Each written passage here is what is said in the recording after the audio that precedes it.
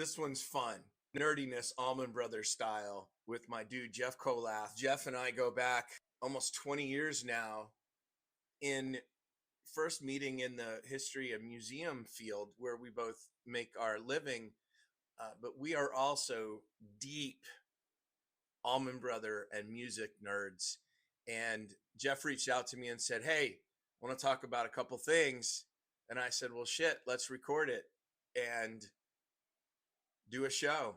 So there's conversations from the Crossroads with a music historian, Rack on tour. Jeff is one of those guys you want on your trivia team. He's also one of those guys you just enjoy sitting with and talking. He asks great questions, poses great points. You'll hear it all here. So if I have to blow my nose occasionally, I apologize for that. Well, I was sitting there going, damn, because, I had the flu. Legit. Oh, did you? The legit flu. Yes, everybody in the house got it. Except Mama. Thank God. The one person that you can't the one who can't get it. She and mainly because she is the most miserable sick person on the face of the earth, and she doesn't deny it. But Ryan took it home with her to Phoenix. Mm-hmm. Tyler got it. I got it. I'm going to say thank God for Tamiflu and the flu shot, which I had before that. Like I lived okay. I've talked about this with a handful of people over the years, but like growing up, I only remember my dad getting sick, or missing work twice because of illness, and it was and when he did get sick, it was holy shit, Dad's sick. And so I did the one time I remember, and I'll never forget it. He got a stomach bug and was home for 2 days. And I remember coming home from school and he was laying on the couch, and we had our first VCR was a Betamax. So was ours. So he had recorded a bunch of NASCAR races and things on Beta, and the thing still worked, but we didn't use it. And I remember I came home and he was watching the 1985 Southern 500, on the Betamax, laying on the couch. And the sick bin was this orange plastic thing that I'm pretty sure my mom bathed me in when I was a baby. And so it was the Betamax, Dad on the couch, and the orange bin. I was oh man, this is serious. Dad's sick. Dad's sick. But he never missed work, he never spent the day in bed because he felt bad. It just wasn't the MO. Superman kind of weird Superman mentality without doing it. Yes, absolutely. That whole just going to keep going. I got a little tickle in my throat, I'm going to go to work and cough on everybody, but I be at work. That is, part of it. Turns out, I missed Jack Pearson on Saturday here, played an hour-long set at 3rd and Lindsley, and I had tickets, but I had the flu. And turns out, though, I think I was probably no longer contagious, because after 24 hours on Tamiflu, you're no longer shedding virus. You're cleared out. Yeah, but I was I don't take a chance. That could kill Jack. Yeah. True. Yes, it could. I will say he was standing on stage, and when I saw him, I don't know if it's December or late November, but one of those two, he was. He sat down the entire time and walked to the stage with a cane. That was not what I saw in some videos there. So, in terms of age, Warren is 65 or something like that. So is Jack older than Warren? A little bit. I think he's mid. He was born in the late 50s, mid to late 50s. Okay. Maybe even early 50s. Maybe he's closer to 70. There was clips coming around from the Mule New Year's stuff, which I watched, and it didn't. I mean, it's just it's so clean, and then Matt's not even really in the band anymore, And so it's just kind of a Warren Haynes band thing. It sounds just so sanitary. But they also showed the clip of them on Conan before they played at the New Year's Eve gig at Roseland. So was that 95 when they're all wearing 95. Yes. Wearing this, Warren's like 4 black t-shirts phase, he's got which we've talked about. The Xanax 25 shirt. Xanax 25 shirt. It's like, man, those guys, I mean, they talk about, we got long hair, we got beards, we're wearing black t-shirts, and we're just going to play as loud as humanly possible. I mean, that shit was so good. I know it wasn't your thing, but well, actually, so that's the thing. It absolutely was. What was the deal was though, and is the first time I saw them. I mean, it was 94 Horde tour, second stage. I found the playbill. It was listed as Warren Haynes Band's second stage. Oh. Wasn't even the Mule. And then the Allman Brothers were the headliners that year, and they didn't play that show. And I think because Fiddler's Green had a really tight curfew, and they're like, well, we can't get our 3-hour guarantee on stage. That's the only thing I'm guessing. They never announced it. But I went over there expecting Jessica, and I got Left Coast Groovies. and it was like a sledgehammer. And I didn't, it was big and ugly, and it wasn't Jessica, it wasn't Liz Reed, it wasn't even Whipping Post. It was something altogether different. Once I heard it live and then realized what I was getting into each time I saw them, I tracked that original band. I mean, I don't know. I probably saw them 4 times, maybe half a dozen up to that in that little window of time that, 97, 98, because I didn't see him in 99. The last time I saw Woody was 98. Like, they were playing Life Before Insanity. They played Life Before Insanity at that show. They played Devil Likes It Slow at that show. A ripping version of Lively Up Yourself. In Florida, like, you play anything Marley, and then nobody was doing that at that time. Like, nobody had thrown in, and then turns out Derek Trucks Band was also doing Lively Up Yourself. They came around same venue and had that song in their repertoire. They were that OG band, and it has never been the same for me since Alan Woody died. The Government Mule. I mean, there are some songs that we saw him 10 years ago. Something like that, yeah. And you were like, hey man, the Mule's playing. I was like, eh. And then you were like, come on, Bob. And I was like, yeah, what am I doing here? This is stupid. Like, yes, of course. Your mantra of just buy the tickets has come up in conversation a lot lately with a friend who is following the Ole Miss playoff run. And he bought a plane ticket to Phoenix, and then canceled it, and then bought a ticket to Miami, hedging his bets for the Natty. And then he saw the ticket prices for Phoenix were about like $150 to get in the door, and the ticket prices for the Natty are like $2,200 or something like that on Vivid. So he bought another ticket to Phoenix, and he leaves tomorrow morning. And I told him what you said. It's like, it hurts in the short term, but you never regret going. The one, sort of regret I have on those whole things is I did not go see the Gators win their first national championship against Florida State in New Orleans. Like, I was an adult. I was not like, go to New Orleans and rock your, whatever. But that was such a, thing. But I did go to the national championship celebration, which I think it was one of the first ever where a team like did that. And now everybody does it, and they should host a big ass thing celebrating national championships. But it wasn't like a super common thing that I recall when Spurrier said, no, we're going to go to Gainesville. And I bet it was, 40, 50,000 people. And he got up there on thing and said, well, I just want to lead y'all in a cheer. We're number one. We're number, he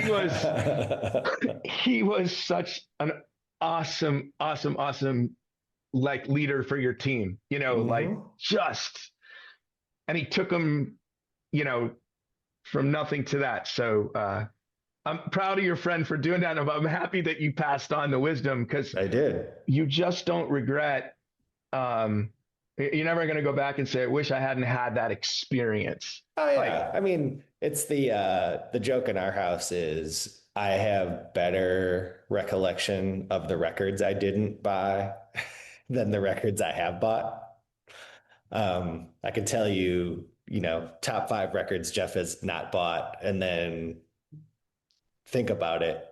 There's two in particular, but like I think about like, so there's a little store, and so I'm from outside, you know, Madison, so I'm in Wanakee, and there's a town about a half hour north called Baraboo, which is listed in Hank Snow. I've been everywhere, by the way.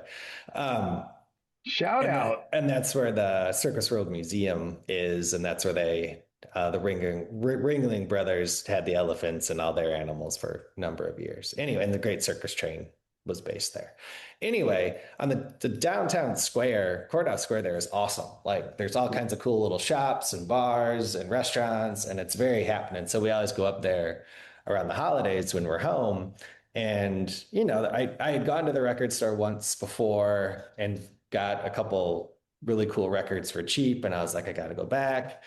And that the store has kind of fallen into the trap of, oh, this is what this record's worth. Well, then I'm going to charge that worth. And then I'm going to charge that, as opposed to, you know, let's just sell these things and get them out the door. But they clearly have a lot of turnover because the stuff, they keep the good ones, you know, behind the counter. Well, 2 years ago, Christmas, go in there looking around, and there's 2 records. There's Bob Seger Back in 72, which is very hard to find. Seger records are actually the early ones are pretty difficult to find on, but especially that one. And then a US pressing of Can's Ij Bamyasi record with the green beans on the cover, which you never see. Like you never see it. And it was $100. And it was like, man, I've never spent that much on a record. I don't know. And like looked at it and everything looked good and blah, blah, blah. And then like, of course, I did the thing where I thought about it and I put it back, walked around, and I was like, I can't do it. And then like the next day was Christmas Eve. And I was like, what did I do? And I was like, I got to call these people. I got to go back. Well, I never went back. I think it snowed or something. So we were kind of stuck and we didn't go anywhere. And like, I think about that probably like every other week, if not more, because I'm never going to see that record again. What did I spend that $100 on? It's not like I spent it on something substantive. I bought more records that I probably are in the back room and I don't listen to. So it's just so stupid. Like, yeah, it's stupid. And so that from that point is like, yes, just buy the tickets, but also within reason, just buy the record. Like, just buy it. Yeah, the piece I'll say on the just buy the record thing is I've already been through my parents' clutter. You know, I lost my parents a decade ago. So when my shelves fell off my wall and my basement flooded, and I realized how much shit I had begun accumulating, including, you know, my record collection went from, you know, a couple hundred from high school to like it quadrupled just because of, I mean, it was a bit of a frenzy, a lot of fun to get back in that game. And I'm sitting here staring at stacks of them right now that still have no home because I have to redo this whole space. And it's quick note on that. I told you I went this summer to the church studio. We went to Tulsa, bro. You know, put Tulsa on your, like, at some point in my life, make a music history quest. The only thing I didn't do was, and I should have, was Kane's Ballroom. Oh yeah. It didn't sort of all peak in. Plus, we wanted to go to Oklahoma City and see the memorial. But backing up, the church studio. Shit, lost my train of thought. We were saying records. Oh, I mean, bro, it's a really killer renovation project that they have engaged in there. It's a beautiful space, and it's a studio. It's not a museum. It's a museum at a working studio, which of course is a tough business to be in right now. Well, it helps when the lady that owns it this is her life's work. And that's point. She's done well for herself. And she's awesome. Yes. I've met what her, I was just fixing to say. Teresa Knox. She'd been to Memphis a handful of times because she got real tight with Don Nix. And she was real sweet to Don and real kind to Don. So we became friends around that. And so, anybody that's a friend of Don is somebody that you should because if you can put up with Don, you got to be a pretty patient and special individual. May he rest in peace. But I met her when we were there, and this is the story. Actually, so funny you bring her up, serendipity. She has a beautiful coffee table book, and it was $50. And I was, it took everything in me. I'm standing there with Ryan, 23-year-old Ryan, moving her across country in a little tiny Hyundai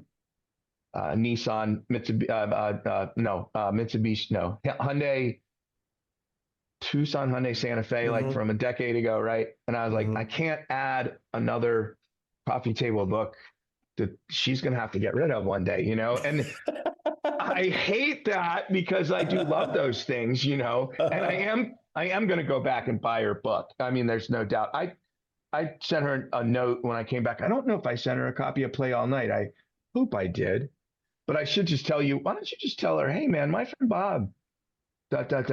you should have him come out and do a book talk. Thank you. Yeah. Sure. Good people. I agree, Jeff. And, we both have a real discerning eye for what works in those spaces, right? And certainly what doesn't, Hank Williams Museum in Mobile maybe is one example, one such example. But I loved the entire thing, how they did it. That little archive room. You haven't been there, right? No, I think I've only been to Tulsa once, and that was to see Bruce. And we went. All we really had time to go do was the Dylan, which was awesome. So, shoot, that one was badass. That Dylan one.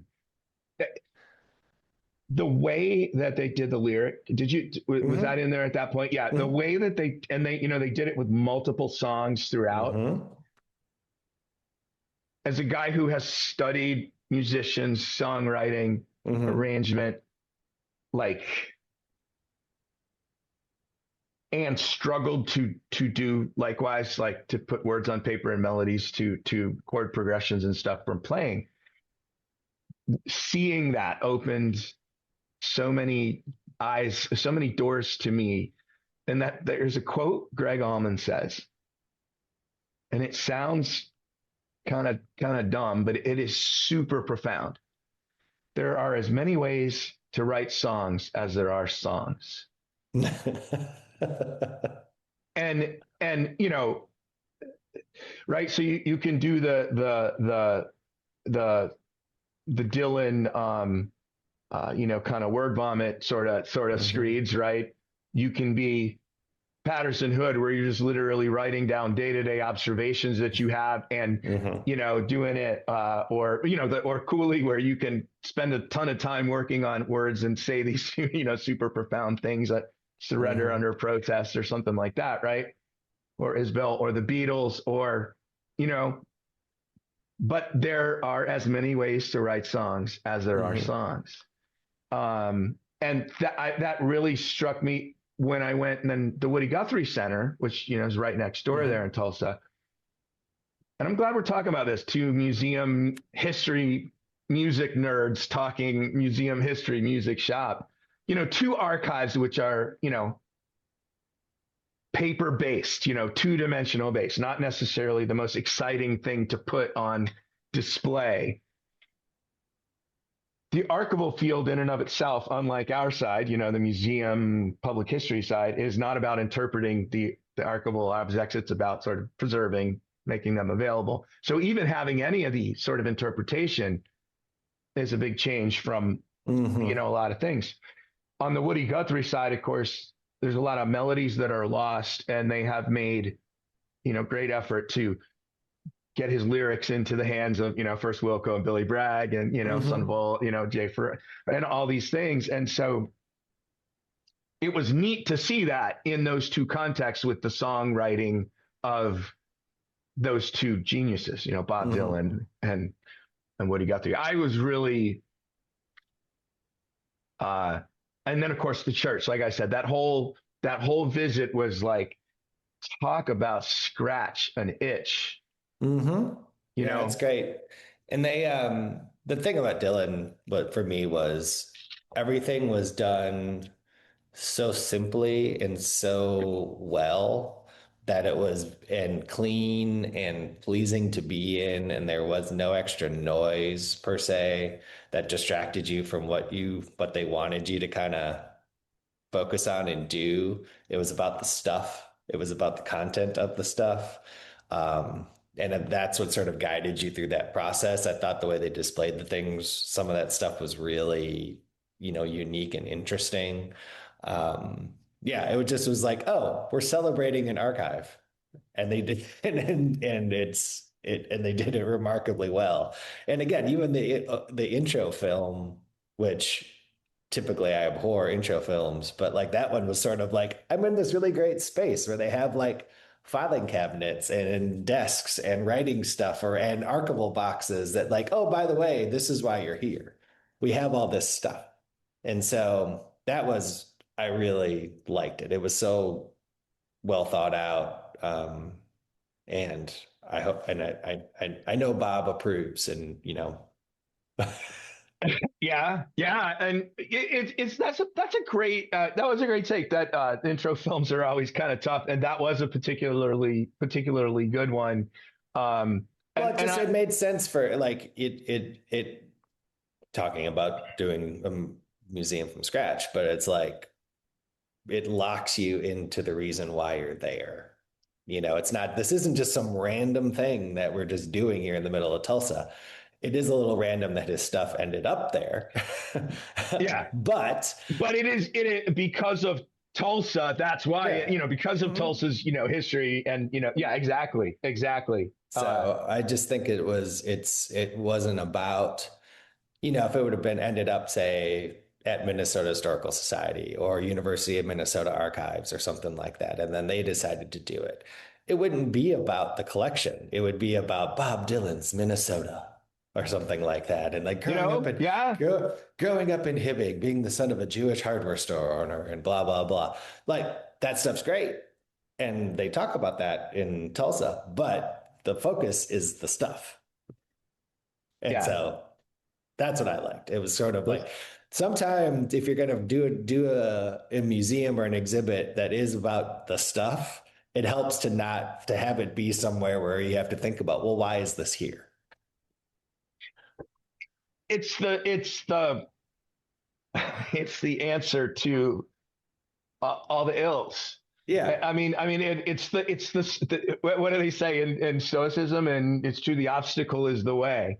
Why are you here? You're here because of this. And you know, I think the piece that you're bringing up, which is often funny. You know, we've been on the idealist cynic kick for a long time between the two of us, but the passion, it can come out in a way that says this stuff matters, you know, like, and it doesn't have to hit you over the head with the lasers and, you know, in a wow intro film. You know, you've seen the one in Springfield at Lincoln. Yeah. I mean,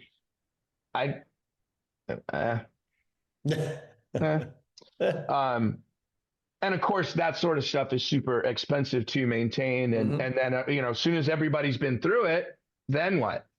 Do I have to do this again? Like I did this, you know? I will say on that tip, I'm going to segue because, you know, I went Monday to the Country Music Hall of Fame, and it was just, hey, I don't know if it's only been, I think it's probably been about 18 months. So they had I think the California exhibit was still in there. The Bakersfield. Bakersfield. Yeah. So, of course, I'm going to go in and check out the Muscle Shoals exhibit. They have a dolly exhibit, which was incredible. On the when you get off the elevator, go to the left. Those little temporary space, really great little dolly exhibit. I should find a picture somewhere. There's an album cover with her and her and Porter. No, put a pin in it. We're going to talk about the 80s in just a second. So, let's bring this one back up, and I'll see if I can find the picture while we're doing it. And they have that. And a really great one of Rosanne Cash. Back, kind of, when you walk in. When's the last time you were there? Recently, like you aware of the space though? Yeah. 2 years ago when they had the Bakersfield thing up. You walk in, you go right, and there's that whole Birth of Country Music wall on the, behind you is the open storage. Okay, behind the Birth of Country Music wall, they have opened up a gallery. On the left is I think the Taylor Swift, exhibition, education center, and then they've opened up a gallery, and they filled that with a whole bunch of Rosanne Cash stuff, and it was a really cool little exhibit, and some very cool letters from Johnny Cash to Rosanne. The kind of letters when you're like, I got to stop and put a few words on paper for my daughters, like those are the kind of things that, they're going to treasure, because reading Johnny Cash's words kind of made me feel like reading my dad. She and my dad were the exact same age at 1935. I think Johnny Cash was born in 35, but then that whole like Birth of Country Music section, as you go across, they've updated and they have added so many more artifacts and stories. Leadbelly. They got Leadbelly's pocket knife on display and his official pardon. That's just like one of many on that level, going toward Elvis's Cadillac, Then you go around, where you can genuflect, which I did, Jimmy Rogers guitar, Mother Maybell's guitar, Bill Monroe's mandolin, flats banjo, Scruggs banjo, flats guitar, Hank's guitar. And then go down and they had the whole Muscle Shoals exhibit, which was phenomenal. I kind of blazed through looking for the ABB content for, I just put something up on Vassar's fiddle. Oh, actually, because I just fixed that. All right, good enough stuff. They got I think I sent you the Pete Carr guitar, the Telecaster cool. that had the fuzz face in it. Another Strat that, by reading the label, sounds like it was like a house axe that Dwayne might have played. It's not the one with the black that he painted with the black pickguard and had the scorpion sticker on it. It's I think it even had a maple fretboard. And then like you continue and they have they had a huge Lainey Wilson thing going along that wall where they always have something. But then it was just all of these country music, kind of legacy stories that come spilling beyond what is up on 2, instead of kind of stopping the story with that. And that's where Vassar's fiddle was. And a guitar that Dickie gave Hank Jr. and, a couple other things here and there. But all to say, when you come to town, Tyler was pretty entranced. It was, she wasn't rushing around, I was pretty, I actually stopped and wrote a letter to Kyle Young and just saying, man, I just want to say you are a rock star.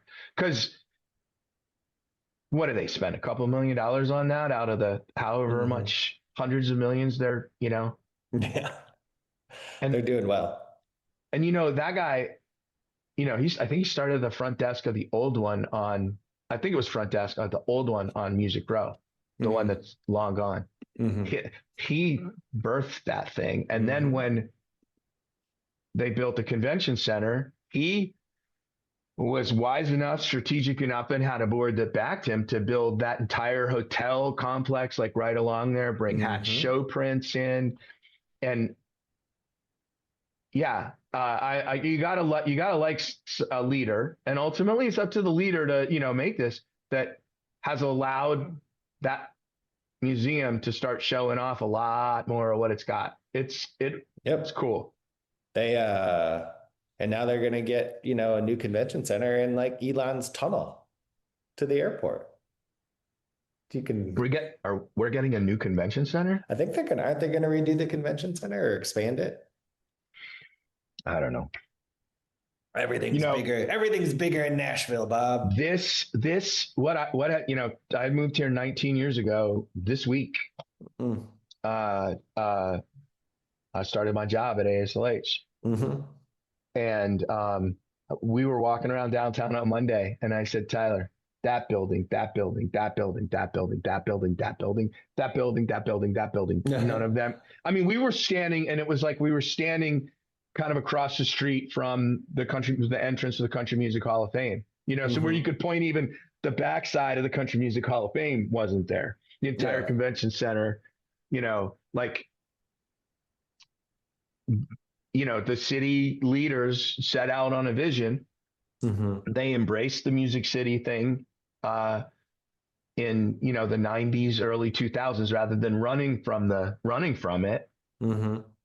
And made it one of the hottest. Now Broadway is just like Duval Street or 6th Street or Bourbon Street.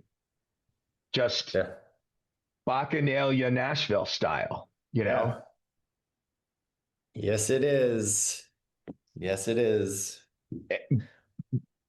And I'll say, it's the other thing, it's January, so it's pay as you wish for locals. Oh, really? Including, you don't have to pay at all. I went ahead and paid $20 because I have paid hundreds of dollars over the years to walk into that building. Sure. And I thought, you know what, I will take advantage of being a local. And I think also that's a wonderful deal because, again, let the tourists foot the bill for this institution keeping its doors open. Let the locals use it. I thought that was a pretty smart move. That's cool. Yeah. Jeff, I did not expect to see as much new as I did. I was just kicking, and I was like, wow, shit. Okay.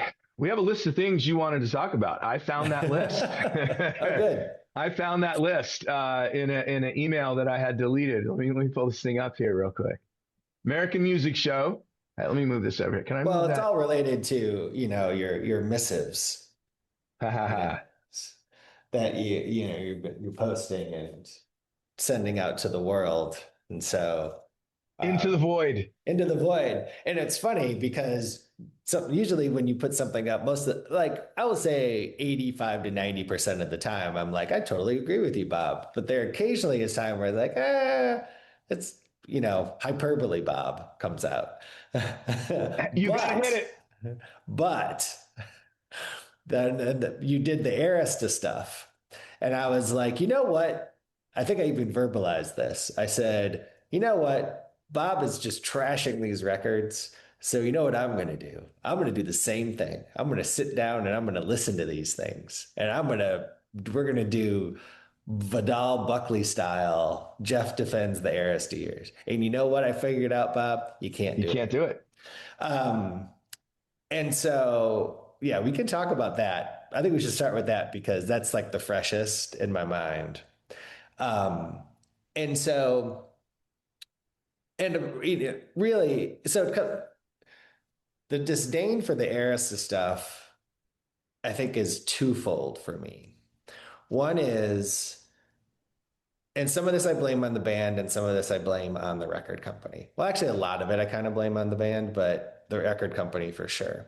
That's pretty much my conclusion as well. Is that the Grateful Dead were also on this label.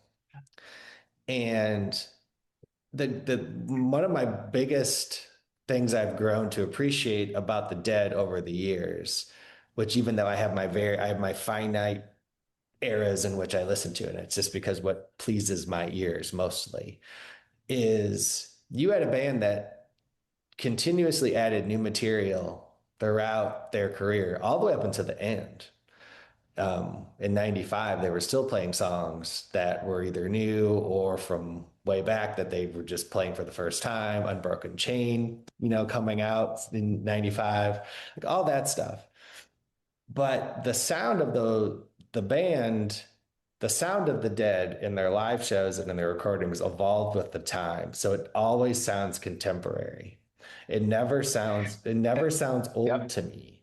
And so, yes, it's weird. And, the weirdness sort of stops in 74 and then the weirdness comes back in the 80s and the 90s. But you listen to 76 is sort of like this weird bridge year where they've taken that time off. Mickey's back in the fold full time.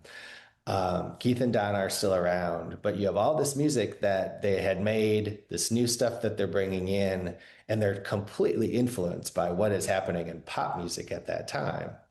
And so they're rearranging Dancing in the Street, they're rearranging Good Lovin' around that time. All of these songs that become staples that sound new and fresh and different. And then obviously 77 and 78, which are, 77 is the year, 78, the last year with Keith and Donna. And then they released Shakedown Street into the world. And it's like, well, Jesus, even the Grateful Dead's doing disco or whatever you want to call it.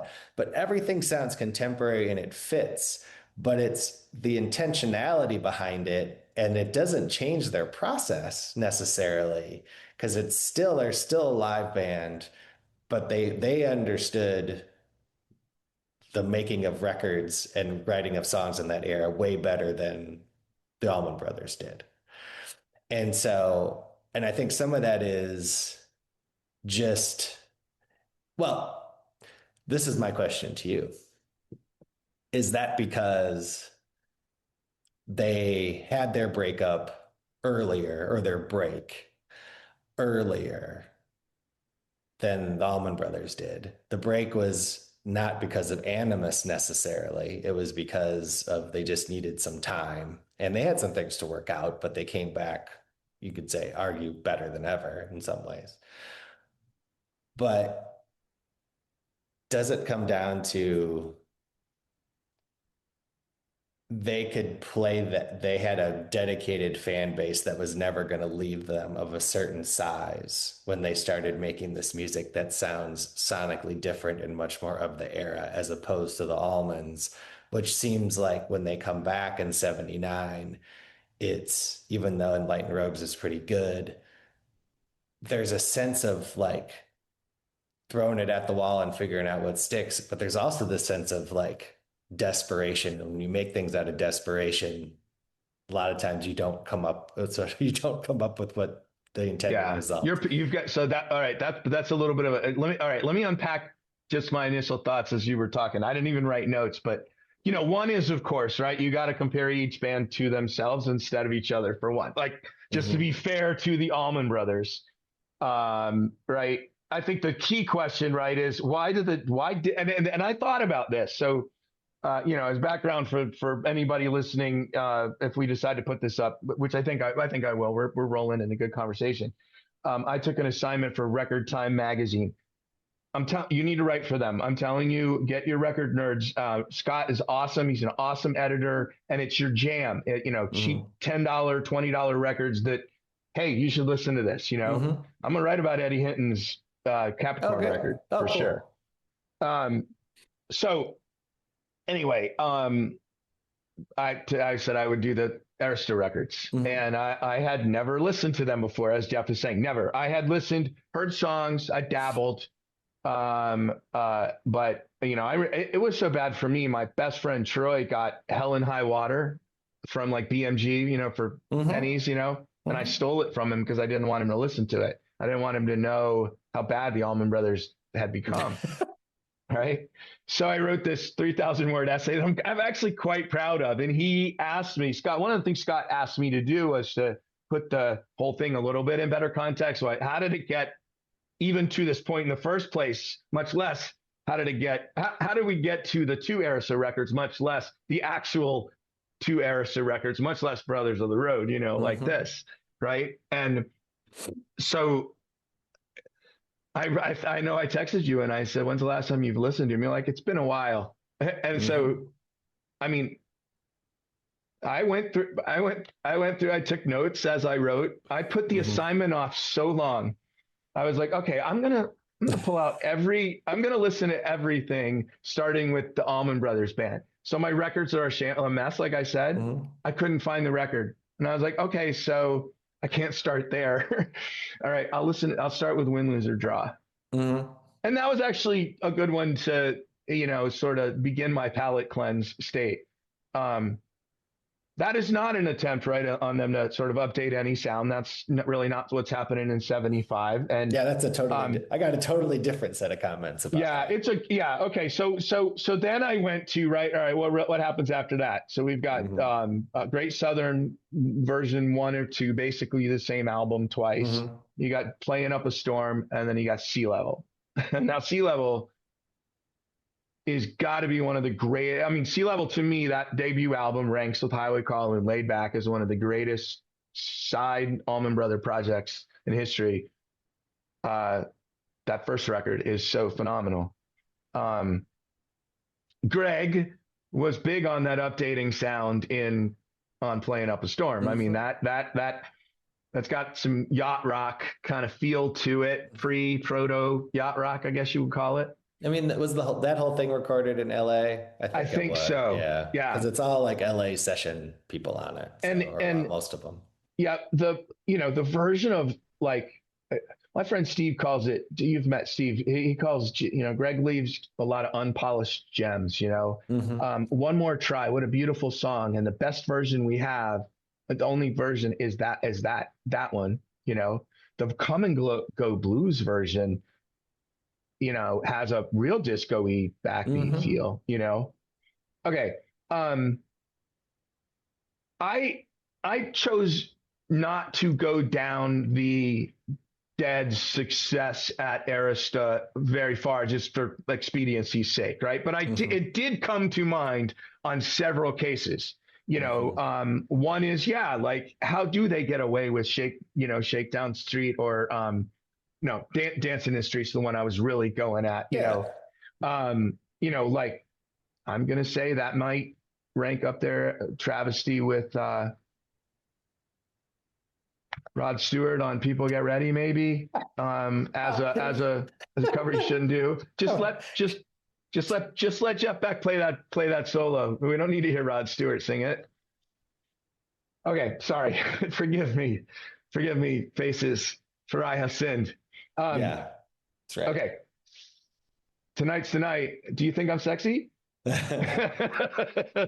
That's my Rod Stewart. I know. The Hot Pants, MTV, or proto MTV, early MTV. Okay, I'm sorry. So I digress. So the Dead, yes, they did adapt, and I think there's something to be said. There's a larger issue that I don't think I want to talk. We'll have a lot of time to talk about today, but I think a lot about what kept these bands fresh, and today what keeps them fresh, right?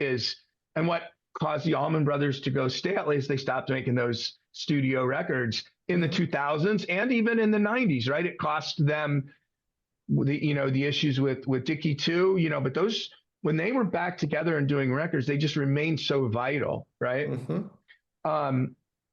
So they had kind of lost that. They were never a great studio band. Neither was the Dead. The Dead have 4 years on them. Yeah. That might count for something. Little more clout. Better management that they have. I think when they reformed in '79, they all signed like a temporary contract with Walden. I don't even think there was an Allman Brothers entity. The big issue, I'll say, is artistic control. That's the piece that was my conclusion, right? Like, you can blame Mike Lawler for introducing the guitar concept to the band, or you can blame him for the synthesizer sound. But ultimately, on the first record, Greg, Dickie, JMO, and Butch all said yes to that sonic experiment. Yep, they did. Or didn't say no. Maybe is a better way to say that. And silence is consent in a situation like that. So Lawler and Dave Cobb were the producers, not Dave Cobb. Dave Cobb. Sorry. Is it Johnny Cobb? Johnny? Yeah, something like that. Yeah. And, wait, I got it. I just, no, I had to buy it. So it's in shrink wrap even. $10. It had, it's like in gorgeous condition, apparently. Yeah. Because probably got played once because the guy was like, this is garbage. This is never getting played. Yeah, that's funny. But they had these outside producers. I just say a quick funny story, and this is a dead story too, I guess. But I talked to David Goldflee's bassist about this a couple of years ago, and he was like, "Which one was the one that was recorded at Lookout Mountain?" And I didn't remember right offhand, but I was pretty sure it was Reach for the Sky. But we were talking. He goes, "I don't know, whichever one it was. All I remember is we were up isolated on Lookout Mountain. My girlfriend wasn't there, and there was a nitrous tank with 300-foot hoses, and you could just walk all around the property and just do nitrous." So when you listen to Reach for the Sky, just brought to you by nitrous oxide and cocaine, there is no doubt, because that is a speedy record. I wrote down sort of like five or six things about both the records, but pause. Let me finish my thing on the disco thing. Sorry. Why does it work with the Dead and does not work with the Allman Brothers band? Okay. Yes. We will come back to talk about that maybe a little bit more, but some of it just has to do with serendipity and luck. Mm-hmm. They had more leverage with Clive Davis than the Allman Brothers certainly did. Why they thought Arista in 80, they had, if you just listen to Enlightened Rogues, like I'll still listen to that record once or twice a year. That's a banger. That's a good little boogie Southern rock record. That's when you got artistic control and Tom Dowd behind the boards, right? Like and Goldfleet said, he goes, there was so much optimism. Everybody was in such a good mood to be back together. So anyway, I'll tell you one real quick. The Allman Brothers fizzle out in 81. About the time the Dead really never stopped touring after they get back together, right? Why didn't they ever tour together again? And, Alan Paul basically said, I think he said it flat out in Brothers and Sisters, like they thought Greg was a narc and they didn't want to have anything to do with him. Yeah. And you didn't want any narcs around the Dead in the 80s. Yeah. And it was like, now we're, like you're banished from the kingdom, and things get patched up right after Garcia goes. And, there becomes a lot of love between the bands. But, that's another piece that I got to explore, with this was Scooter Herring. Okay. You had some questions. Oh, no. I like them. So what's interesting is, the band gets back together in 79. You see this sort of resurgence of Southern culture and redneck culture in mass media in the late 70s. Obviously the beginning of the decade was I forget what they call it, but like the rural apocalypse or whatever, where they canceled all the shows that had anything to do with rural America or Southern America in 70 or 71.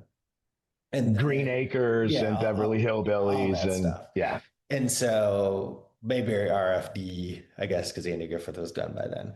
But you have all that happen at the beginning of the decade. You have the politicization and sort of the growing, the changes that are happening within country music. The conservatives, and country really, really identifies itself strongly there. Yeah. And then the Southern rock aspect, which you've talked about the Allmans, or you've talked about extensively, written about it, the Allmans not being a Southern rock band, but the rise of Southern rock with Allmans, yes, but Skynyrd, Marshall Tucker, Charlie Daniels Band, all of those offshoots that really kind of lasts and was going strong and continued to go pretty strong even up till and past the crash in October of 77. You've got Smokey and the Bandit, which is about as redneck of a movie as you can do, which is completely permeating mass culture. You have Dukes of Hazzard coming out, I think started in 79 or 80. Dallas is the biggest TV show in the world, which takes place in Texas, which is basically taking this whole notion of urban urban Southerners and urban, of incredible means. So you have all of these factors that are kind of all coming in where on paper you'd think, well, the Allman Brothers fit perfectly into this. And I forgot, Urban Cowboy, of course, is a huge movie at this time too. And Mickey Gilley, and again, the whole cosmopolitan Remember, nature. Dolly is Rhinestone, Best Little Whorehouse in Texas. Totally. All that She's stuff. A massive star in this era. All of these things are kind of happening at once. So on paper, it's pretty clear Arista and Clive Davis sees this and is like, well, these guys fit perfectly into what's going on. And I feel like they tried to put the band into that box of all of these other cultural factors that are happening at that time. The Allmans, I think you said it perfectly, don't really have a leg to stand on creatively at that moment. They're touring, but and they're playing. I mean, they played Summerfest in Milwaukee one year. They played Alpine Valley. Like they've played bigger venues, but the size of the venue continues to go trend downward at this time. And so on paper, it seems like this would work, but the band does not have the leadership, does not have the wherewithal, does not have the content or the creativity, I think, to pull it off. But they're also playing, and I listened to before we started, I listened to From the Madness of the West again. And it's like, and the thing that strikes me, and again, one of my words, pace. Why is everything played so fast on these two records? And it's like, and again, I know that's the nature of pop music at that time and getting people to dance at the club, but you're not going to dance to any of this shit in a nightclub. So it's just missing the mark, and you're forcing a band to play at a speed and a tempo that they don't play at or have never played at a sustained for a sustained period of time.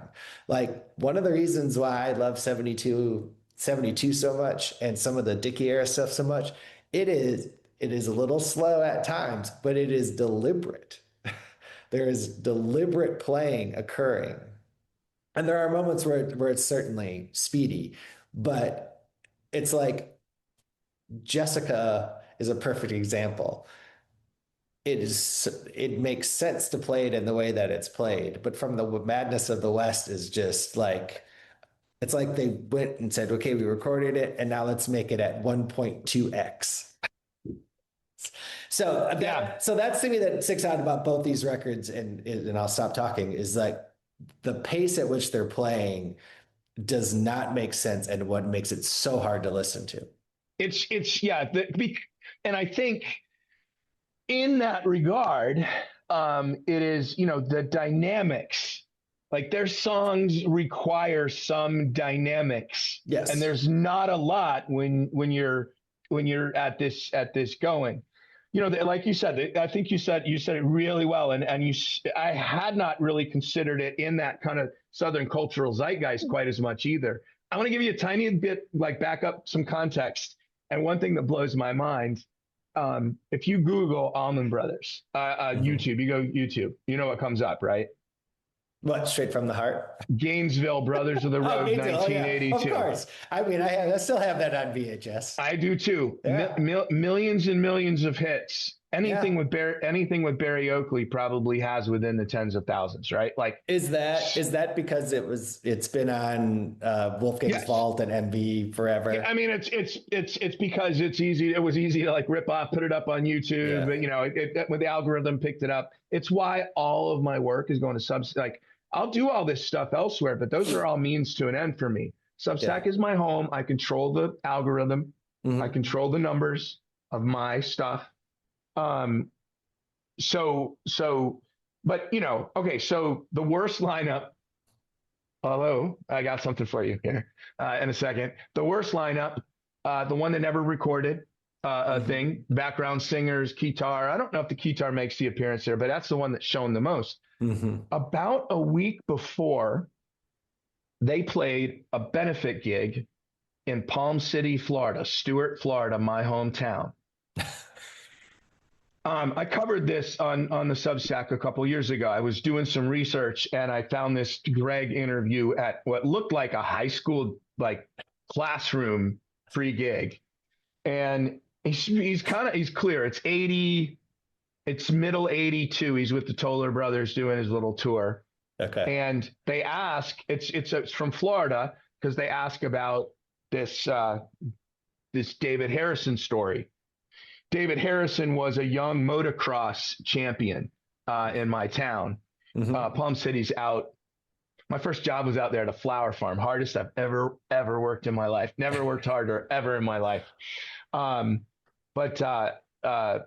he dove into a lake and shattered his back or neck and needed thing. His dad was friends with one of Dickie's crew in that era, 81, 82. And the Allmans agreed to play a benefit concert in Stuart.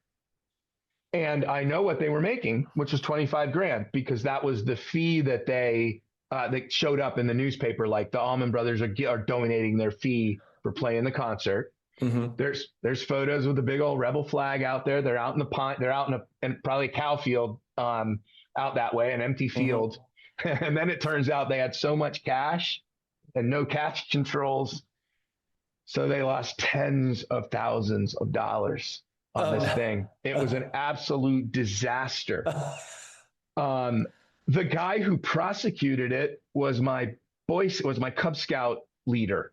Okay. He was an assistant DA, and I only found that because I saw it in the newspaper. But all to say, you're saying about declining crowds, right? That's where I was going with this. So the band was still drawing and still kicking ass live. They were way too speedy. That's going to be a drug thing, right? But they were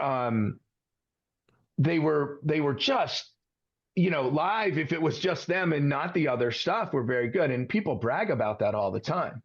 But getting to the records, their sound doesn't adapt well. What they do, I think I heard you and Harvey say at one time, one of one. It's the same with the Grateful Dead, right? Like their own brew, their own mix does not translate well to an attempt to update sound. Or in this case, didn't. Failed miserably. And if you listen to any of the recordings of them in this, mid 80s era, Greg's stuff does not sound good with these arrangements and these, I liberated the Never Knew How Much video from One More Try song because it wasn't out there. And I was like, I can't have people saying, well, that's a great song. It's a good song. I will agree. But ain't nothing great about what that said. I think that's on this piece of shit. Yeah, it's on Brothers of the Road. Road. So, by the way, Southern Rock. I told you, Southern Rock. There you go. Just real quick for the record, this album is titled in honor of all American musicians who have made Southern rock a traditional art form in American music. The Allman Brothers themselves, this one's going up on the socials. The Allman Brothers themselves called themselves Southern rock. There you go. Yep. Yes, and it's interesting because they if they could have just held on. And I think this is where, I think about formative years of that shape you, and you don't really know they're shaping you until it happens, is mid 80s MTV. It was so profound, not just because of the pop music necessarily at that time, but you had all of these blues musicians and rock musicians from the 60s and 70s contemporizing their look and their sound and showing up on MTV. So you've got Clapton doing the Color of Money soundtrack. You've got George Harrison. I mean, the first Clapton and the Armani, the Armani Mafia. Yeah, like you have all of these musicians that that people know from something else who are now showing up on MTV and being introduced to a whole new generation and a whole new audience. And most of it is blues infused music. And so they died right before they could have maybe turned it back into their wheelhouse. And obviously you've got Greg. I mean, again, I didn't know who Greg Allman was when I was 9 years old, but I knew who he was because he had a video for I'm No Angel. So that's a good photo. What do you think of this? You were talking about updating looks, right? Yeah. Okay. No. All right. I just wrote down MTV because I want to jump back to that. So Dickie is literally dressed and looks like the guy, the drawing on the cover of the Marshall Tucker record Saddle Tramp. Here's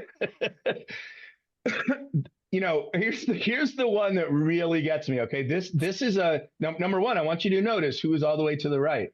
Yeah. So this is that little so the story going. Well, don't have that little stupid thing go up there. Yeah, the story. So this is the part of this is I did not know this. So this is something that new content I learned. And this is new to me, over the last couple of years, because there is a photograph. Let me see if the other one's from here. Yeah, here. So a version of this photograph has it's on an album cover from an era, right? Mm-hmm. So we've got the images, there. But in 70 and 82, about this same time, they're like, okay, we gotta do something different. And so they did add Chuck for a very brief period of time. Mm-hmm. And when the band splintered, Chuck, well, first Goldfleece went with Greg, and the Tollers. And mm-hmm. then I think it was Alan who told me Goldfleece asked for more money from Greg, and Greg's like, "Man, nobody's here to see you play." So he didn't, and then David goes and plays with Betts Hall Lavelle Trucks. Mm. And so Chuck, sticks around. You were talking about, could they have hung on? This is something I will say that I kind of came to appreciate about them really is, conventional wisdom for us growing up, right, in the 80s, 90s, like, who's Greg Allman, this, that. To me, he had been a little bit of he's a joke, mm-hmm. They were a joke. The failed concert in Stewart loomed large in my mind as their failure. That's not their failure, right? Mm-hmm. But my dad was like, yeah, it was a disaster, blah, blah, blah. So I remember kind of digging I'm No Angel, like the first time I heard it, it was like, oh, that, sounds different or interesting. I argue opposite on MTV that MTV killed Southern rock because Molly Hatchet and 38 Special were not super good looking dudes and did not, it didn't translate well to the video medium. ZZ Top did it with, a little cheekily, and they weren't good looking guys, but they hid behind those. They didn't show you how fugly they were, they just said, we're ugly. But I don't, and if do you remember the last time you watched the I'm No Angel video? I mean, it's been many years, but yes. Walk into a saloon door singing, big booby girls over there, hot chicks, leather, like every stereotype from, that era. And back to the whole thing. These were terrible artistic compromises by the Allman Brothers band that the records bear out were terrible decisions. I mean, even JMO's the only thing different between Reach for the Sky and Brothers of the Road is that JMO's not on Brothers of the Road, and Brothers of the Road is appreciably worse to me than Reach for the Sky. They're neither of them is each of them has a well-deserved shitty reputation. So yes, I think the other part is so the pace of the songs, but let's just look at some of the song titles. I should pull up my essay and see what I wrote. Hell and High Water. I got a right to be wrong. Famous last words. Keep on keeping on. The heat is on. The heat is on. It's like, it's just dreadful. The judgment. Dreadful cliches. And I guess, which is painful considering how much we love both Forrest Richard Betts and Gregory Allman for their songwriting acumen, but mercy sakes, it's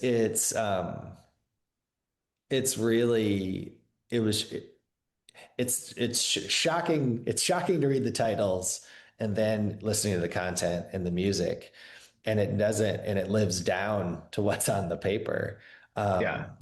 Dickey's over singing and yell singing on both records is really disconcerting, and makes it an even harder listen than what it was. We get disinterested, laconic, comatose Greg for much of it too. And it's whoever their A&R guy wasn't looking out for him at all. And you would guess history tells me, form tells me that they don't have those people in-house, those people to, they were never that organized off the field as they were sort of, on the field, for sure. Which cost them dearly in this entire era. The piece I do want to say though, is, actually I'll say two things, which thank you. I'm glad you're reading. I didn't know you were reading as much. And I want you to disagree with me because those give me pain point. Those give me things to write later.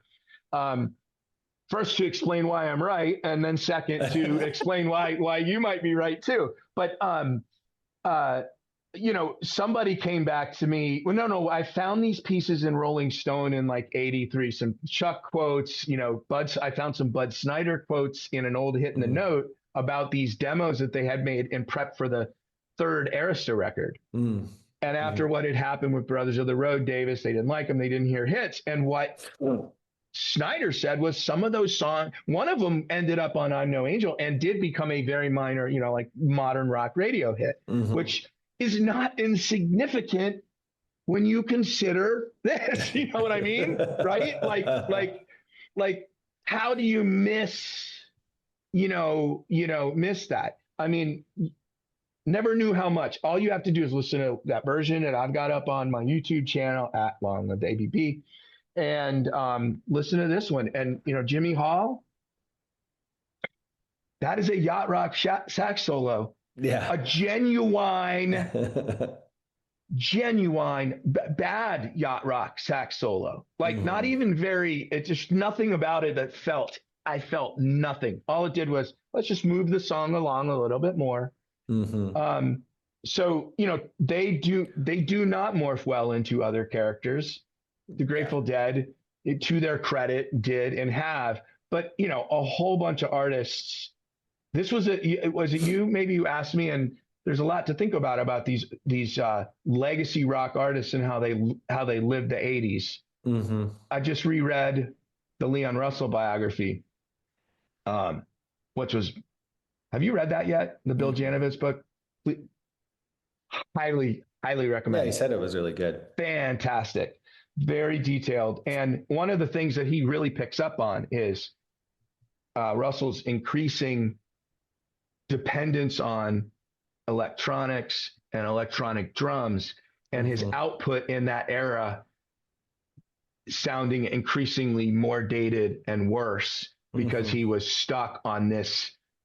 And he was in the book, it's a very early pioneer in all of it. He was also the earliest adopter. So he would like buy things when it was 100,000 and it would be 25,000 at the end of the year kind of shit, Yeah, you know? Sure. Yeah, I mean, ZZ Top is really the only ones that adopted all of that stuff and turned it into platinum.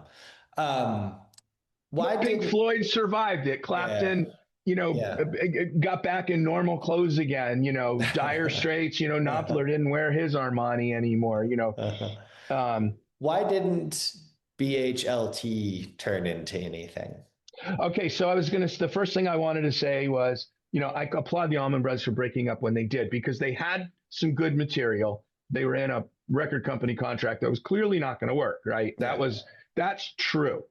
They owed Clive Davis money and a record. But they stuck to their guns artistically and said, we're going to go do our own thing instead of try to keep a band going. We're going to ride out the 80s, which is essentially what they did. That's how Lavelle Trucks. I bet you could say the same thing. They were way ahead of their time. Mm-hmm. Fiddle, sax, keyboards, Dickie Betts, the Freight Train, like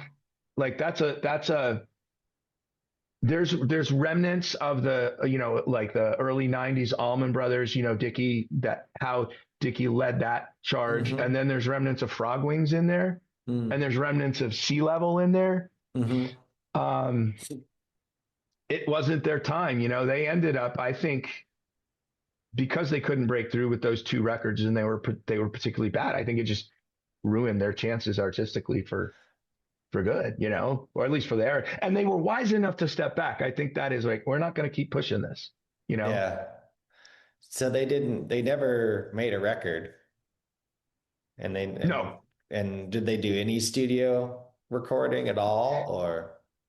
I don't know. I do know that No One to Run With is a Betts Hall Lavelle Trucks song written by the guy, John Prescia. Dickie shares a songwriting credit with him. Yeah. Mm-hmm. Because apparently while they were recording Where It All Begins, a BHLT tape gets played. They were going to record Leopard Skin Pillbox Hat for really? For Where It All Begins, and they were working on it. That ended up being a Frog Wings song. That was in that first iteration of Frog Wings, but they end up listening to a BHLT tape and hear No One to Run With. And apparently Dickie goes and calls Presty and goes, hey, you remember that song we wrote, No One to Run With? And John's like, I remember the song I wrote, No One to Run With. And Dickie said, well, you remember that song we wrote, No One to Run With?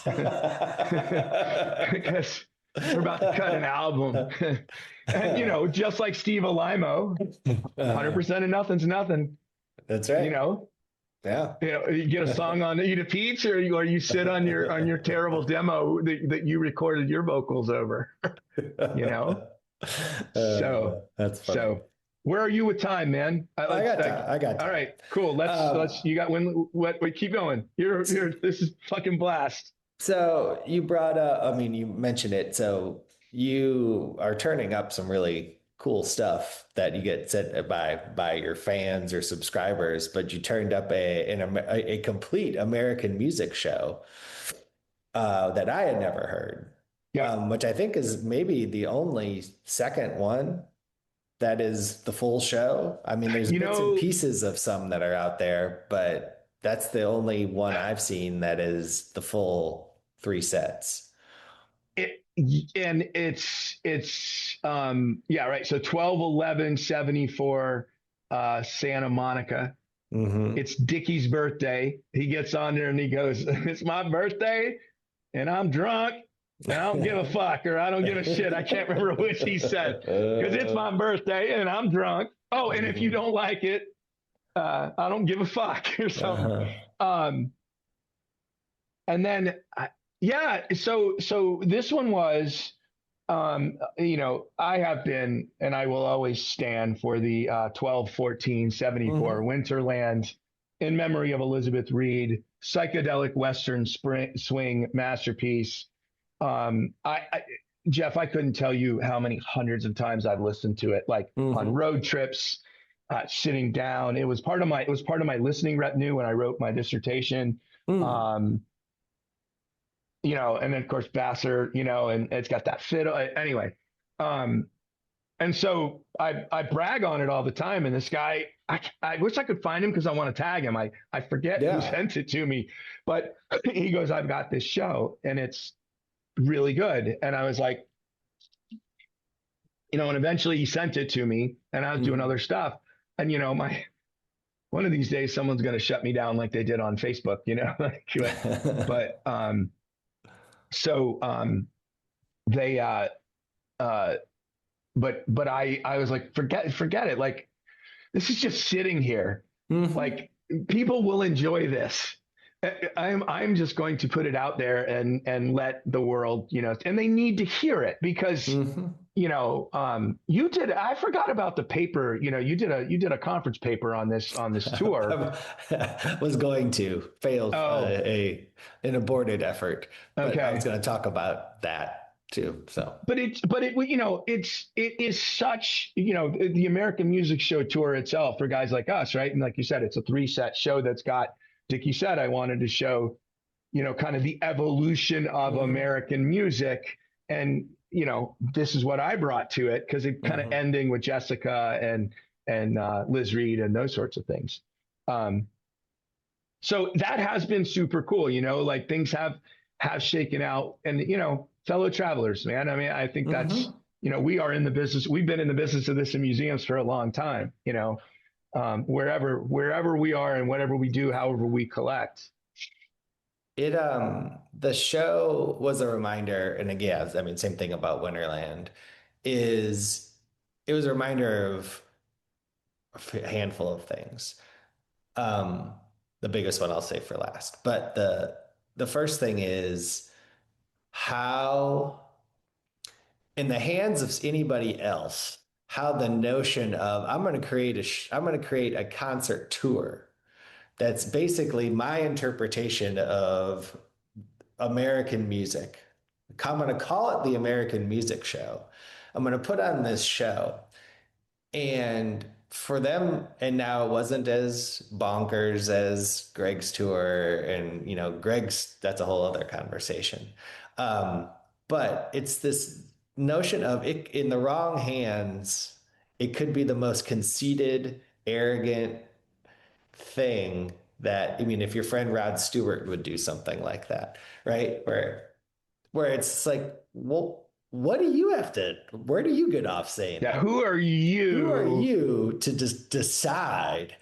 And then, but Dickie puts together this band of hot players from a variety of different, you've got Conway Twitty's pedal steel player, you've got Joe Arnold, who is, was at Stax, was at Muscle Shoals. You've got an R&B horn player.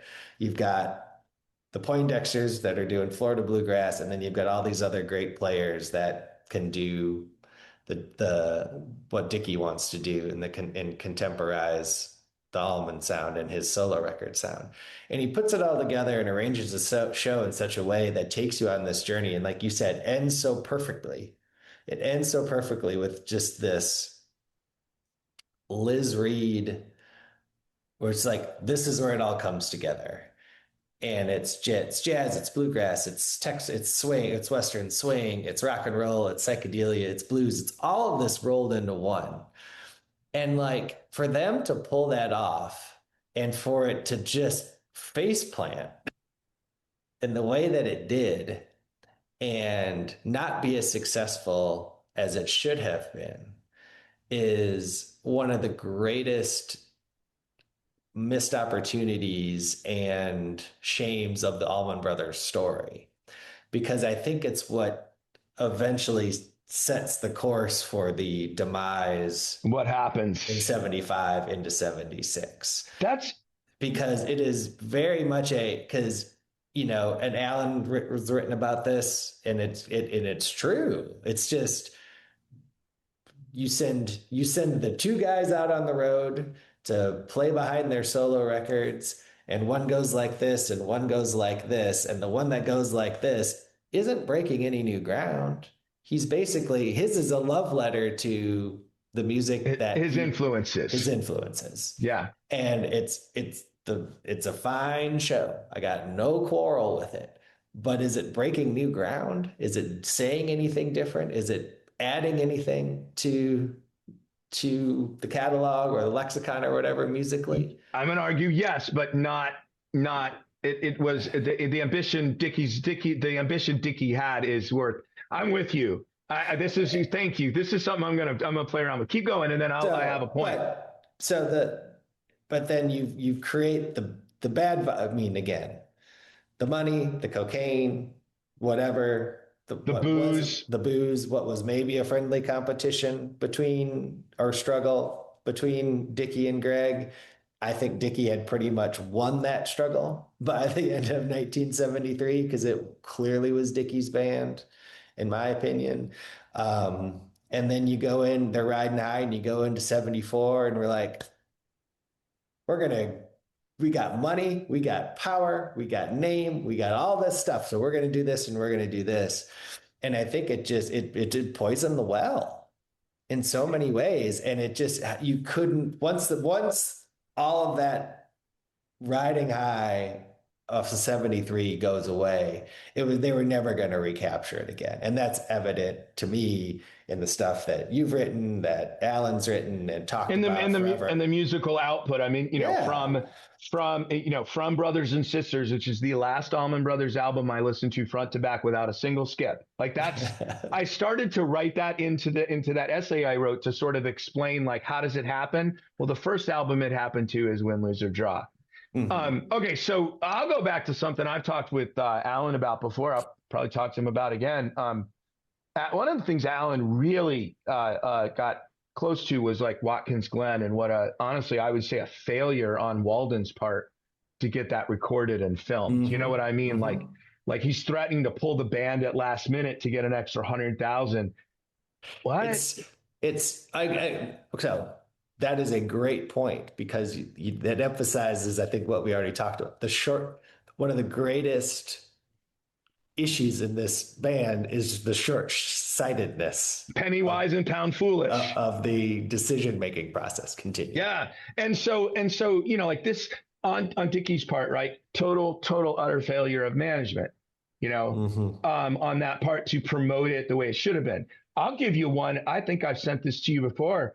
I remember the California tour, the one where the Dickie does the Winterland and the Santa Monica show we're just talking about.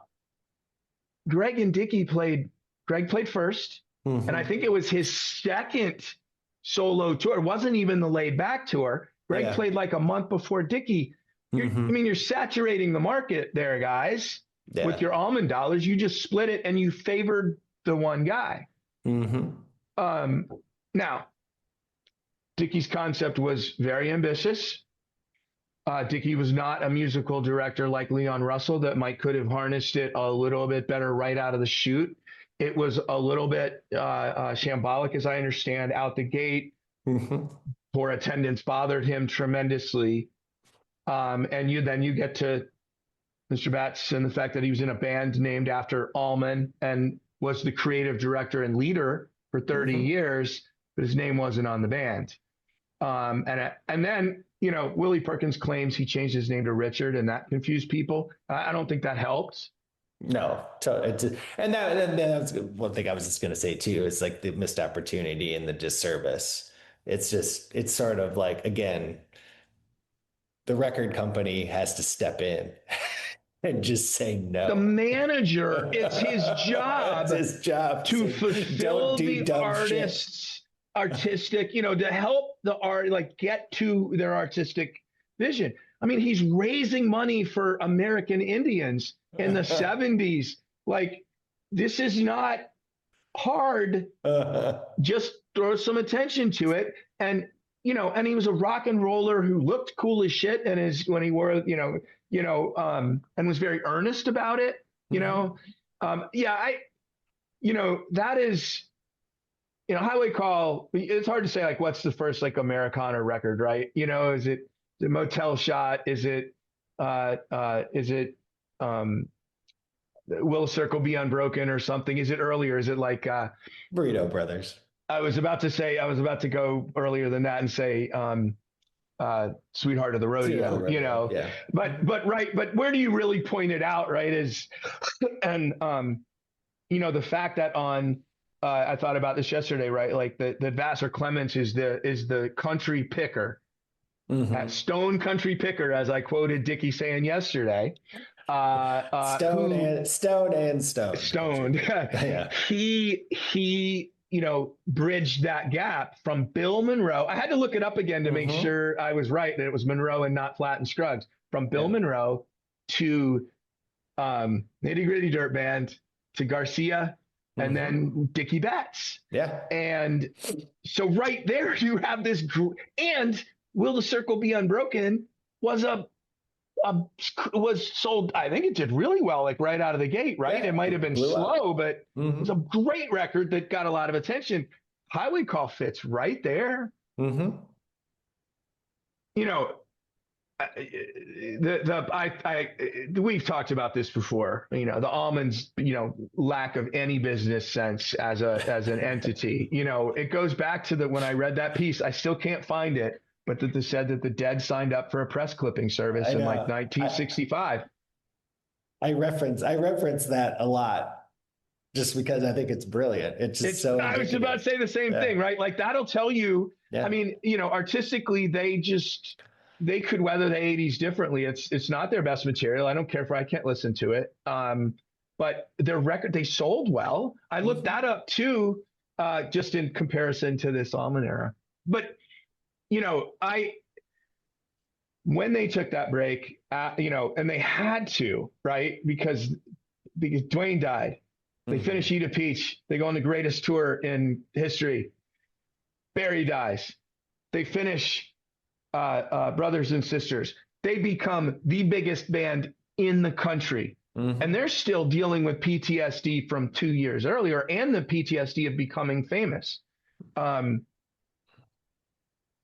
I don't know what it's like to be famous, right? But I understand that it is a disorienting experience, you know, and to have it while you're drunk and stoned and feeling depressed, and you can't work, you can't even phrase those things, but you can go out and write a song. People say you're no good. I wouldn't cut you loose, baby, if I could, right? Like that's how they're expressing it. So like the break happens in 73. You know, what did the Dead go 9 years before their first break? I'm going back to the Dead conversation all of a sudden, right? 65 to 74. So the Allmans make their first and basically, you know, it's not a true break, I guess, but they take a 2-year break, 5 years in, at the peak of their success. They release, you know, Greg releases a record and Dickie does that sound nothing like the Allman Brothers. And then Greg meets Cher. And I want to say this. I want to say this for sure. I will not take Faces slander, and I will not take Cher slander. I was about to say, I got nothing. I have no issues. I have no issues at all. Those two, I have no doubt in my mind, they were truly in love. Because they both went to great efforts to stay together. She was, you know, stuck with him through a whole bunch of down times, you know. Yeah. So no, I mean, you don't blame Cher, and that's what JMO said in that article. You know, that's another one I unearthed was a piece after, you know, like where it was sort of preface. It was a, you know, promo for the Win, Lose or Draw, where JMO's like, man, she's been having hits since I was a kid. Love affairs can wait. You know, like he's blaming Greg, you know, for choosing to be out there. They're not blaming, you know, Cher. And like Paul never blamed Yoko. Paul understood that his partner was in love. The way his partner had been in love with him up until that very point. and learned very quickly he had to accept that and find his own, you know, which Paul's my guy. But by the same token, this is how this works, right? Greg can't be bothered to come back to record. You know, they're not a great studio band, and they, you know, Butch always says they choked the life out of High Falls. 100% disagree. This is a time when an artist doesn't have enough distance from the creation of his work to maybe truly assess how just brilliant that composition is and the take. But, there's times when JMO's not there. There's times when Greg's not, like that's not an Allman Brothers album. Mm-hmm. It sounds like half of a partial Great Southern album with some kind of unfinished Greg tracks because they didn't really, when Can't Lose What You Never Had. High Falls. I like Nevertheless, and I like Sweet Mama too. Okay. But Nevertheless was my surprise. Like, okay, this is better than I thought. Win, lose or draw. He's got the Coke drip. And that's one of the ones that Steve calls one of Greg's unpolished gems. Mm-hmm. And Eric Church's version on the Greg tribute is the bomb with Jack Pearson. But Nevertheless is a good song. I like Sweet Mama just right. I think it could be so much better. It could have been, it sounds like a great Southern track instead of an Allman Brothers track, Again, I think it's another missed opportunity. It's also just record company disservice too. In so many ways. I mean, it's the album covers. I mean, we've talked about, Alan wrote about this extensively. The album cover's terrible. Band's not anywhere on it. The name isn't even on it. They had to add a sticker. Yeah. All of it is it's just so half-assed. And I think the PTSD and the not slowing down and substances and relationships and money and all of that stuff, it's like it had to crater, right? It's just that because it just wasn't sustainable. It just is, to kind of bring us back to where we started. It's just that it's a shame that the reclamation took so long to get to where it should have been. And again, even the first reunion tour and the Seven Turns record, I'll argue that it didn't hit its stride until Johnny Neal departed, and till 91 with Shades of Two Worlds and Warren, sort of better material, but also Warren sort of stepping up and becoming comfortable in that number 2 slot. Shades of Two were, so that's a real, I was thinking about, it's funny, as you were unfolding your tale, I was like, yeah, they had this, like, they go dormant 75, if you will. They have this tiny little thing in 79 and then go dormant for a long time. And then, they come out 89, and really the Dreams box set, the triumph of the tour for them, right? They felt like they got back to it. They were playing their own music, the chance to record an album their own way, Seven Turns. The weakest of the 3, in my opinion, but does have some of the best songs on it. True Gravity turned into something altogether different. Seven Turns, all-timer. Gambler's Roll should have gotten played a lot more.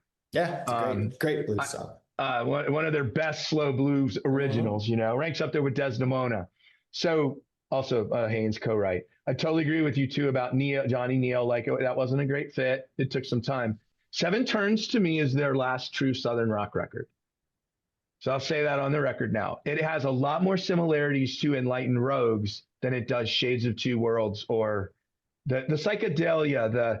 The one came back differently with Shades of Two Worlds going forward. For the reasons that you said. They always benefited best when they let the new people contribute the way that they can best, and they allowed that in this case. The drummers picked the bass players is what I know. So Woody was the drummer's choice ultimately.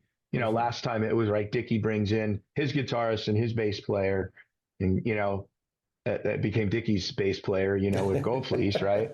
So, and you're right. Like, they had a real weird sort of reclamation thing that they earned. The hard way. They reclaimed where they had been. They disavowed those Arista records. when Midnight Riders came out, what's his name? Scott Freeman. Scott Freeman's book, which is one of my favorite. I'm actually pulled it out to reread about this era. Like I remember he told me in an email one time that when he pitched the book, somebody said nobody wants to. People down there don't read about Southerners, right? Like that was the sort of mindset. Let's say he did a lot of interviews in the mid '80s. One of the things I love about his book is that he the interviews that he did were in this period we're talking about between 82 and 89. Some of his best interviews where the band was very like, man, I don't know, it's all over again. We just blew it. Did we just do that again? But I think that, the piece that is sort of missing from that for the puzzle for me was that, there was some intentionality behind their decisions to step back in 82, 83. They tried to do a few things. And right, I've learned a lot of this from you, I got to say, just being your friend over the years and how you approach music, how you think about music. You're like me, where you find a name on a liner note, like, okay, where's that going? Mm-hmm. That's going to teach me, to go somewhere. But I began to, excuse me, as I think about the Allman Brothers, like the longevity of a career, and appreciate mid-period records, right? Mm-hmm. Appreciate that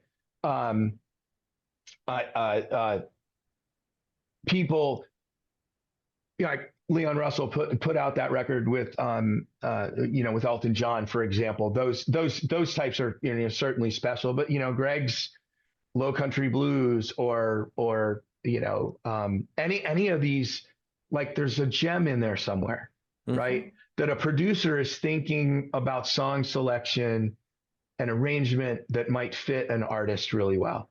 Like mm-hmm. if I could sit down with Susan Tedeschi, I'd be like, I think you should cover Patty Griffin's Up to the Mountain about MLK. Mm-hmm. Yeah. Right? Like if I had Lamar Williams Jr., I'd be like, okay, come here. I've got an arrangement I do of Come and Go Blues that I want you to, I would record because I think you mm-hmm. would kill it, So digging into, finding those gems of those albums. I posted about Derek a few, months ago. I did a real deep dive in his records because I've seen him live so many times. I've listened to his live material so much. Sometimes you forget that he stopped and said, I'm going to record this one for posterity. Mm-hmm. This is the one most people are going to find when they come to me, Mm-hmm. And I think we should, as not consumers, but as fellow travelers, as participants in the music exchange, right? But even though we're mostly, receiving it, I think we should honor that commitment, that they've done that. So like, it's good to listen to Reach for the Sky and Brothers of the Road. In conclusion, but I'm just going to tell you, I'm just going to tell you don't have to, because I've done the work for you. There you go. That was really well said, Bob. I think what's to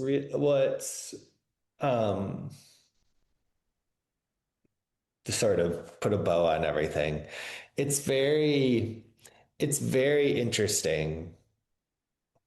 And I think this is the thing that, Harvey and I talk about Panic a lot, and I've said this I don't know how many times, is that in order to truly love something, you can't see it as infallible, and you can't see it as perfect, because if you do, you've got the rose-colored glasses, whatever metaphor cliche you want to use.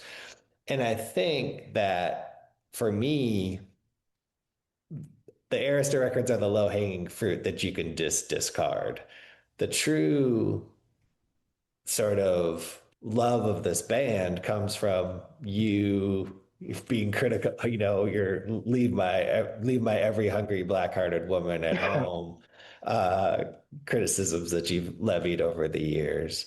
And obviously there's quibbles or things that you can pick apart for studio records. I mean, obviously Phil Maurice is infallible, but it's not. It's not Fade totally outs. infallible.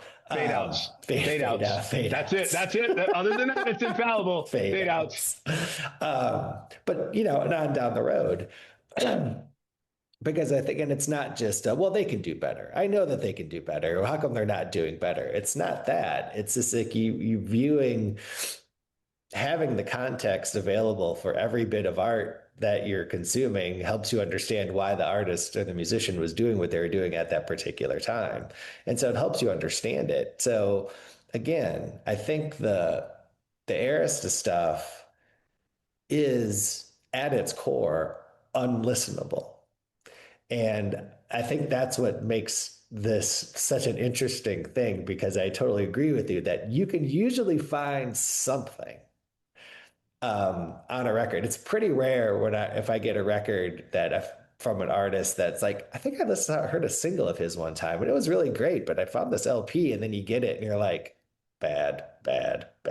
Right. There's always something lying between the grooves that'll work. I agree. And so, but that's what makes these two records so inherently interesting to think about and to talk about, is that you try and it's not there. And I think it would be really interesting to do something with Dwayne Betts, for example, and just be like, okay, Dwayne, ask him this question. When is the last time you listened to these records? And what do you think about when you hear your dad play these records? Not Warren and not Derek, but Dwayne, because I'm putting Dwayne at the forefront of the torch bearing for the Allman Brothers at the moment. Yeah. And because I mean, I hope to see Allman Betts' Family Revival with the Amanda Shires at some point. I don't know if it'll ever happen again, and then I can talk more intelligently about it.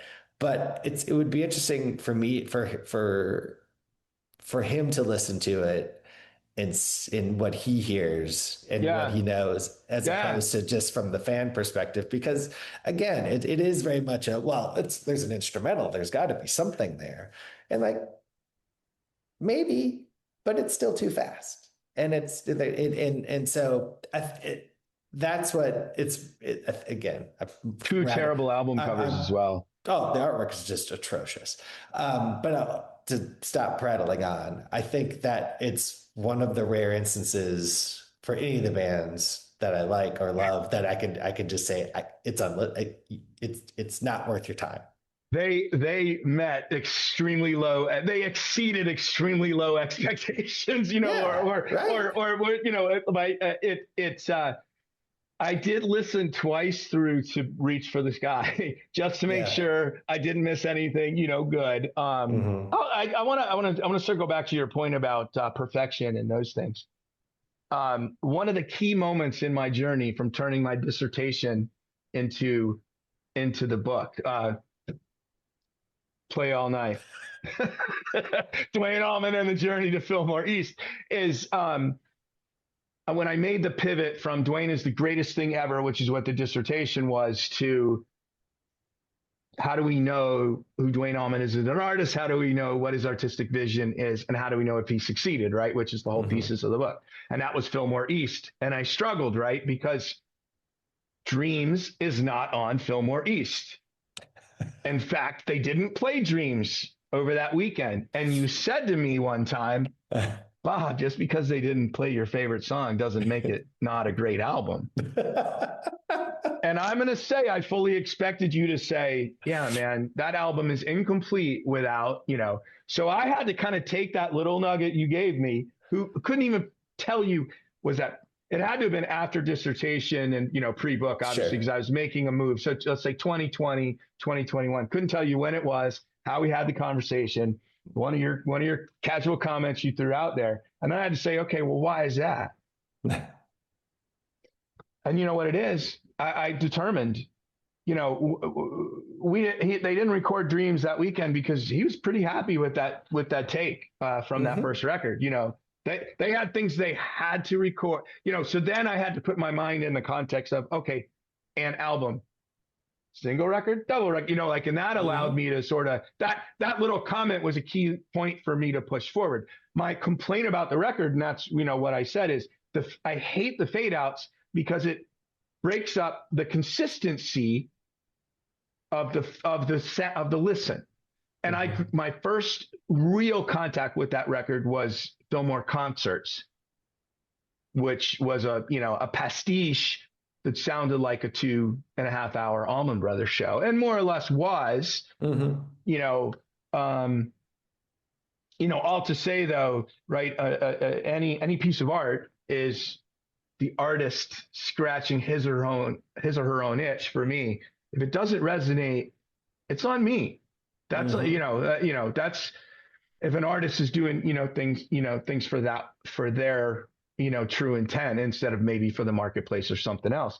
I would imagine back to Arista and this or that, like the Allman Brothers failed in that regard in a big way because they compromised artistically, even if they were pinched to do it. And organic bands don't do well with that, let's throw another one in there for another discussion. But if the Deads worked because it was the Deads' organic attempt to add some new stuff to their sound, Allman's didn't work because it was their record company's attempt to add some new stuff to their sound.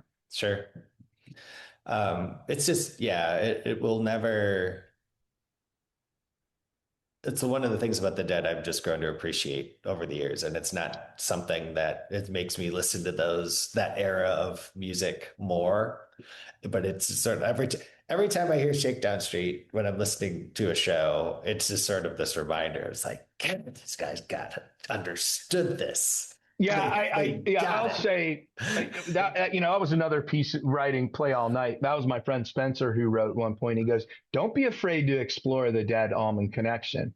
Yeah. I kind of approached it a bit of a fanboy saying, with a little bit of the little brother syndrome that Allman Brother fans had in that era, with Garcia becoming God again. And, with I Will Get By, Touch of Grey being on MTV, being that massive hit. The Allmans were broken up at that point. And, but to say like, yeah, those guys, that band, like they invented what the Allman Brothers did. And then the best thing they did is they had an infrastructure around them that the Allmans did not have. And musically, philosophically, spiritually, culturally, pretty,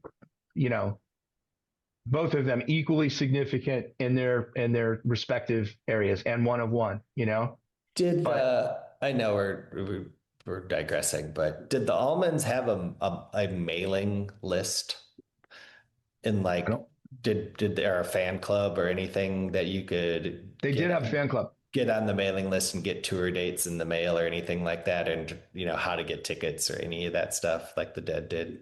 I don't think they had the mailing list like Dead Freaks Unite kind of stuff. I mean, there's nothing in the records, right? But I'm talking to TY tomorrow, so I'll ask him if he knows anything about that from his time in Macon. Yeah, it would be really interesting. That's just the. I have. So I ordered the Win, Lose, or Draw tour book from somebody on eBay, and he included six photographs from a fan club mailer. So they've gone out on my socials over time. So, all right. Hey man, well, let's do this again. This was fantastic. Fun. That was a blast. It's going to take some time to edit. I'll get something edited together and send over to you whenever. Well, it'll be in my writer. I prefer unedited conversations. That's fine. That's fine too. I just want to make sure. I just want to make sure we don't go too far, but I do want to clean up, see how everything looks. And I'm a couple behind, but let's schedule this again before too long. Sounds good. Thank you.